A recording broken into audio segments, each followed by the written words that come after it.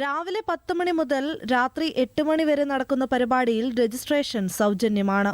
ഒപ്പം സ്പോട്ട് രജിസ്ട്രേഷനുള്ള സൗകര്യവും ട്രേഡ് സെന്ററിൽ ഒരുക്കിയിട്ടുണ്ട്.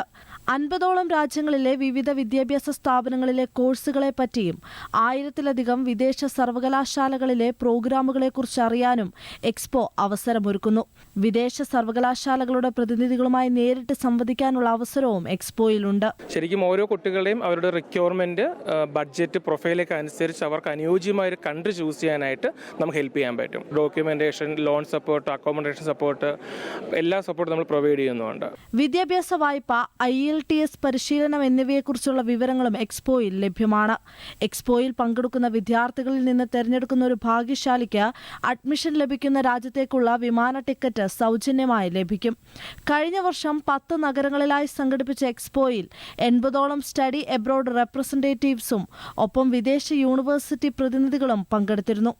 അതുവഴി 1000-ലേറെ വിദ്യാർത്ഥികളാണ് അവരുടെ വിദേശ പഠനം എന്ന സ്വപ്നം സാക്ഷാത്കരിച്ചത്. എക്സ്പോ നാളെ സമാപിക്കും.